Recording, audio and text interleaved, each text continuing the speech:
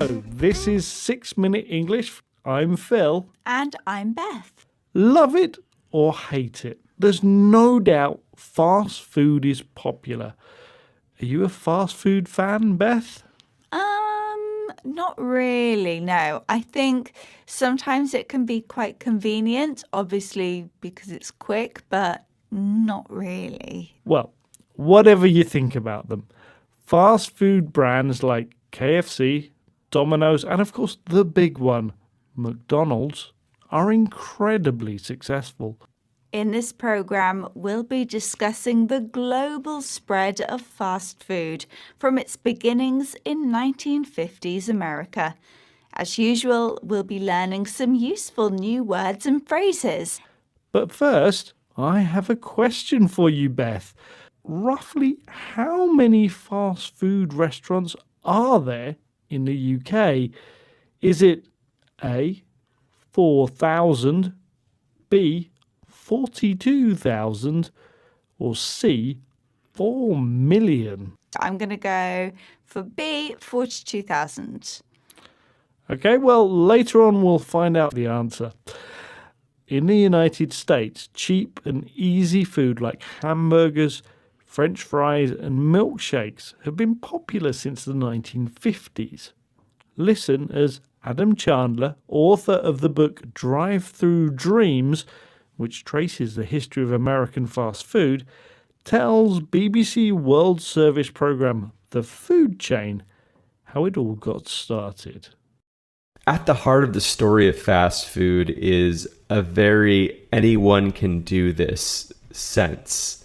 A lot of the company founders didn't have a college degree, who didn't have a high school degree in a lot of instances, didn't come from money, were oftentimes just people who were ready to plug themselves into a system that would work for them.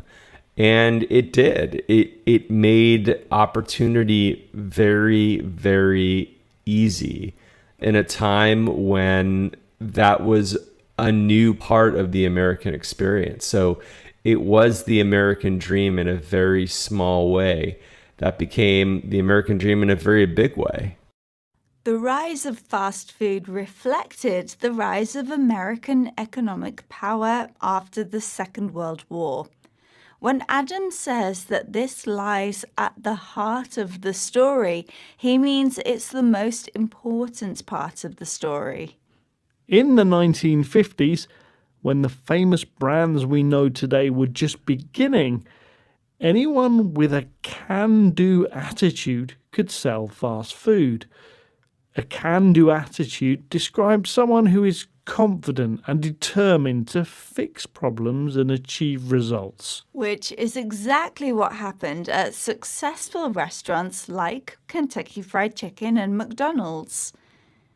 For many, these fast food brands symbolized the American dream, the idea that anyone in the United States can achieve success through hard work and determination. The success of KFC, McDonald's, and the rest wasn't limited to America. Nowadays, you can visit two McDonald's on opposite sides of the planet and eat exactly the same meal. But not every country opened its arms in welcome. The tiny island of Iceland, for one. Andy Sophia Fontaine, who used to work in McDonald's, now edits the Iceland Review.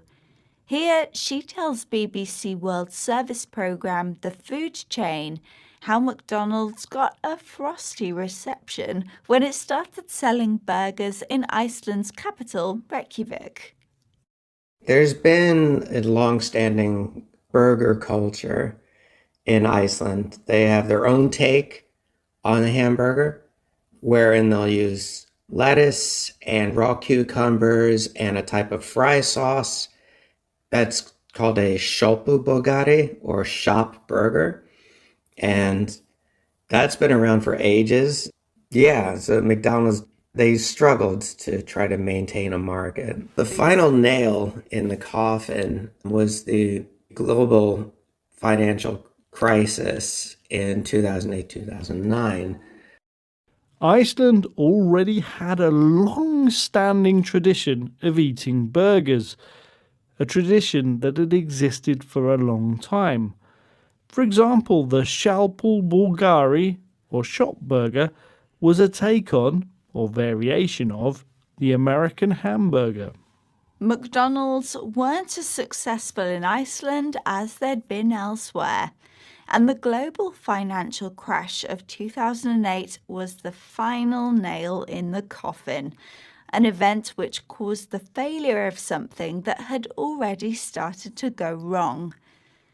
To this day, there are no McDonald's in Iceland, unlike Britain, which reminds me of your question, Phil. Yes, I asked you how many fast food restaurants there are in Britain. I asked you if there were 4,000, 42,000 or 4 million. And, of course, the answer is 42,000, so you were right. Well done.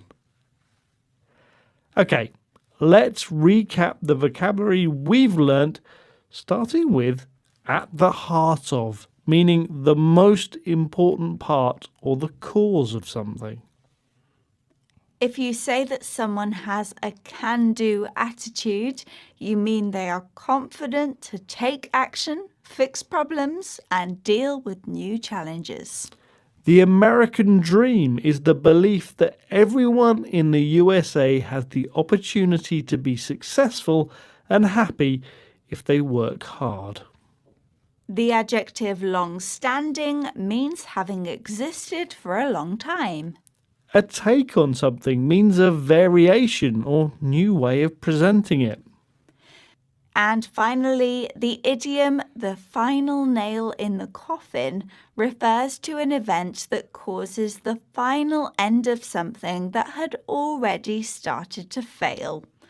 Once again, our 6 minutes are up, but why not head over to where you'll find a worksheet and quiz, especially for this program. See you there soon. Goodbye.